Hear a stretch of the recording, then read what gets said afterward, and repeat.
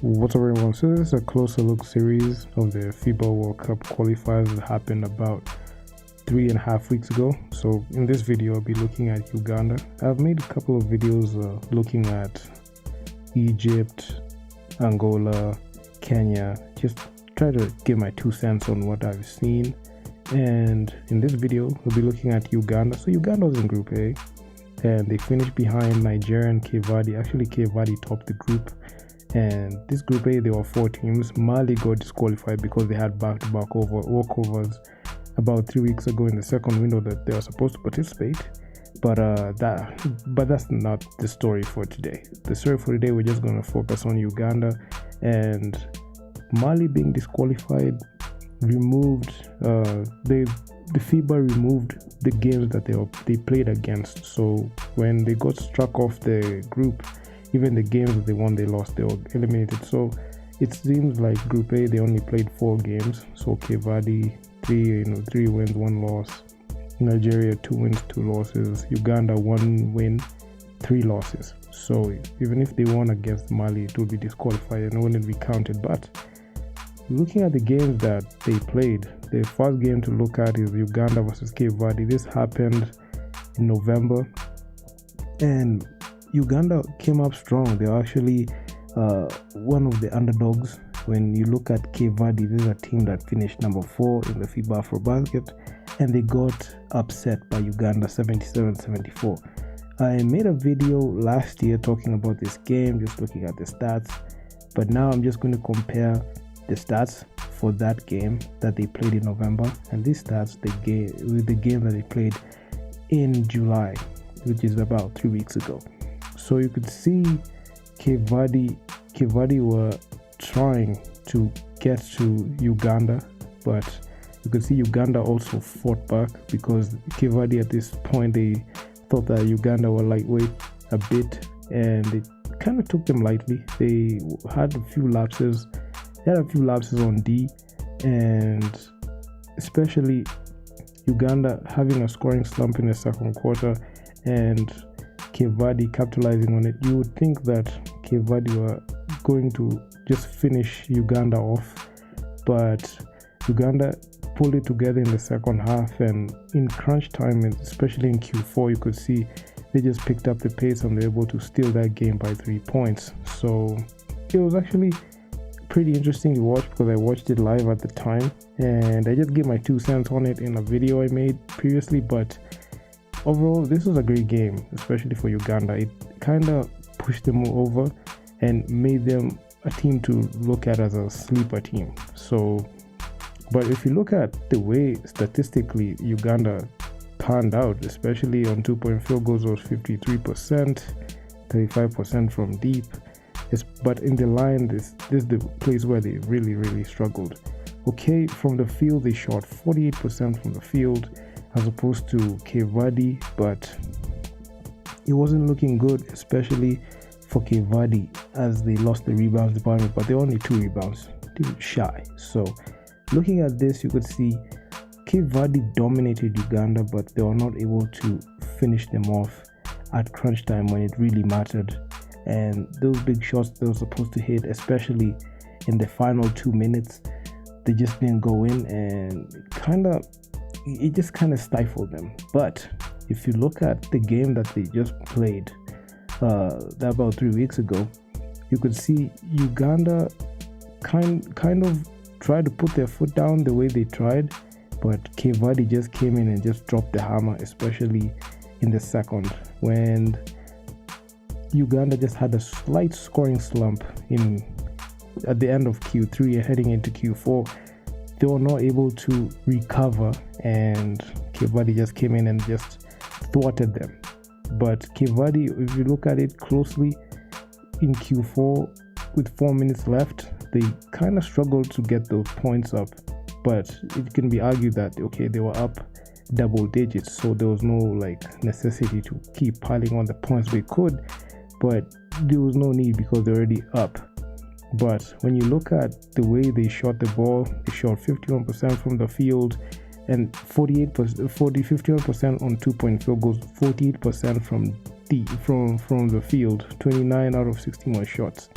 So you could see Cape Verde were not here to mess around, and they made the changes that they needed to, and they're able to beat Uganda. Okay, beat Uganda. If you look at it closely, Uganda added, there was Ishmael Wainwright. He suited up for the game. He wasn't there in the first window, played heavy minutes, and he racked up 21 points and on 50% shooting, but he had a negative plus minus of -7. He's a Phoenix Suns player, fresh off second round exit from the Dallas, being dealt by the Dallas Mavericks. But it was really tough. But Robinson Opong, he played heavy minutes, but in this game he was actually very silent. 11 points, 26% shooting. It was very horrendous. He had a very horrendous game. If you look at even the first game that he played, the first game kind of showed out, because he had 17 points on 37 minutes played. Actually 38, because 37 59 seconds, so that's 38. He only rested for 2 minutes in this game. 17 points, 58% shooting from the field.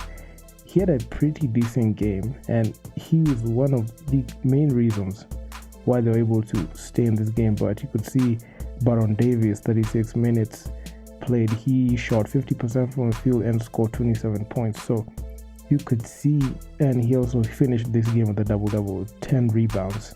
So he was one of those guys that were the main reasons why they were able to upset Cape Verde the first. But moving on to the second game, they matched up with Cape Verde. Cape Verde, I dare say, they just made the changes. They just had Uganda's number, because they shot pretty decent from the field, and especially in crunch time, they were able to do what they had to do and pulled away with the win, despite the slight scoring slump. But it can be argued that it wasn't the end of the game, but they pretty much dominated the game for 34 minutes. So they dominated game one. Cape Verde dominated game one, they couldn't do it, and they dominated game two, and they're able to come out with the win. Then moving on to the next game that I found interesting was the Uganda versus Nigeria game. The first time they met in the window, Uganda just got blown out like a leaf. 95 Nigeria, 69 Uganda. It was actually a very, very bad look, very bad outing for a Ugandan side, because you don't expect your team, a team of this nature, to go out like that. Because you could see Robinson Opong, he played heavy minutes, but the output wasn't showing. He had 8 points on 18% shooting. He showed up pretty tiny in this game, and he had the highest negative plus minus of -25. So you could see he was one of the, when his shot wasn't dropping, the whole team just shrunk. And Baron Davis, okay, he had 22 points, 28 minutes played. He shot 40% from the field, 51% 2-point field goals, 0 for 6 from deep. He was just out from deep. Robinson Opong, he was very, very cold from deep, 2 out of 13 shooting. So you could see, like, they just couldn't find a shot in this game, and they just had, and when you facing guys like Nigeria, they just capitalize on your mistakes. So if you look at the statistics, you can see Nigeria just pulled away, despite Uganda leading in the rebounds. Nigeria just 2 rebounds shy away from doing that, and Uganda just were cold, especially from deep. And if you lose their downtown shot, there's no way you're going to miss that. You're going to win that game, because if you lose that 3 ball and you're not able to knock down that 3 consistently, and the other team is knocking down those 3s and you're not able to match them, there's a high likelihood you're not going to be able to win that game easily. So this is what happened in this game, and it was a very bad outing, because all the way from the first quarter, Uganda just dug themselves in a hole, and they were never able to recover, and Nigeria just kept on piling on the points. They dominated this game for 37 minutes. I'm not going to go deep into the stats. You could see points in the paint, they dominated inside, points on the bench. Nigeria just clicked, and it wasn't a good look for Uganda. But even in the second, Nigeria just piled on the points. It was the same story, just that it's just that, you know, it was just a different time. Give these guys 7 months later, same performance by Uganda. Nigeria just had Uganda's number, because if you look at the same performance, the same thing, same story. They got left in the first quarter. They got left in the first quarter. They dug themselves the hole and they were not able to recover. But this time, you could see they kind of tried, but the lapses in defense, they just couldn't cover it. You could see even if Nigeria lagged in rebounds, you could see Nigeria just were able to score the ball and they were able to shoot at least 65% on 2-point field goals and 30% from deep. Okay, I can give the nod to Uganda in this game because at least they shot decently from the 3-ball. Okay, the 3-ball 28%, not that great, but from the line they're able to at least shoot 72% from the line. But overall, it was just the same. It was just rinse and repeat for Nigeria, because if you look at even the box score, I mean, it was just abysmal, especially for Nigeria. You could see Robinson Opong, he just had that bug. 16 points, 45% shooting, plus minus from minus 21 again, because he was their main guy, he's their go-to guy. Mainly can argue that if Ishmael Wainwright isn't playing, he's their go-to option, because when this time he gets hot, this time he gets cold, you have to kick it out to another guy, but majority of the time he's the first option. But Ishmael Wainwright checking in, 36 minutes played, 18 points, 30% shooting from the field. It wasn't helping them at all, because he had a negative plus minus from minus 18, despite having even finishing this game with a strong double-double with 18 points, 13 rebounds. It still wasn't enough to at least cut the deficit against Nigeria, because the same score after even 7 months of playing, 7 to 8 months I believe, it's still the same performance, and it's something that they need to work on a lot. And that's just about it. So Uganda, one win. They only won against Cape Verde and they lost 3 straight. So they lost to Nigeria twice, and Cape Verde got their revenge. So yeah, I mean, but although they already qualified, I'm not sure how far these guys can go, because they're slated in to face Nigeria 26 August. No, not Nigeria, Angola.